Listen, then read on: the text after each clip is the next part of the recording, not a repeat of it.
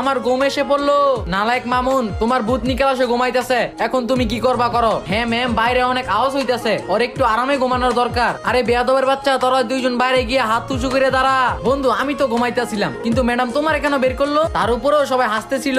আরে এখানে দাঁড়িয়ে থেকে তো কোনো লাভ নেই, চলো আমরা কোথায় প্রেম করতে যাই। আরে দাঁড়াও, প্রথমে এখানে আসো, কি করতেছো? একদম চুপ। আরে ভাই, এই মেয়ে তো অনেক কিউট, ওরে তো আমার গার্লফ্রেন্ড বানাইতেই হবে। এটা 8টা বাজের করি, তুমি সকালে বটগাছতলায় চলে আসো, আমার সাথে তোমার ওইখানে দেখা হবে। এখন তোমাদের দুইজনের প্রেম হয়ে গেছে তো ক্লাসে আসো। মোটা শয়তান, তুই কি বাবা আমাকে ফেল করালি? নালায়েকের বাচ্চা, তোরা স্কুলকে কি প্রেম খানা মনে করছো? এখন থেকে তোরা দুইজন দুই স্কুলে যাবি। ওই শালা, তোরা তো আমি এখন ছাড়তামই না। মামুন, তোমার আমি আমার বয়ফ্রেন্ড বানাইতে চাই, কিন্তু তুমি ওই চুন্নিরে ভালোবাসো, তাইলে তো তোমার আমি ফেল করাম হই। তারপর আমি পাশ হওয়ার জন্য কুত্তার মতো দিনরাত পড়তে থাকি, আর জিনির গড়িটা মস্তে দিতাম না, আর আমরা দুইজন পাশ হয়ে যাই। মামুন, আমরা অনেক দোয়া করছি, এই জন্য পাশ হয়ে গেছি, কিন্তু ম্যাডাম তো মামুনকে অনেক ভালোবাসে।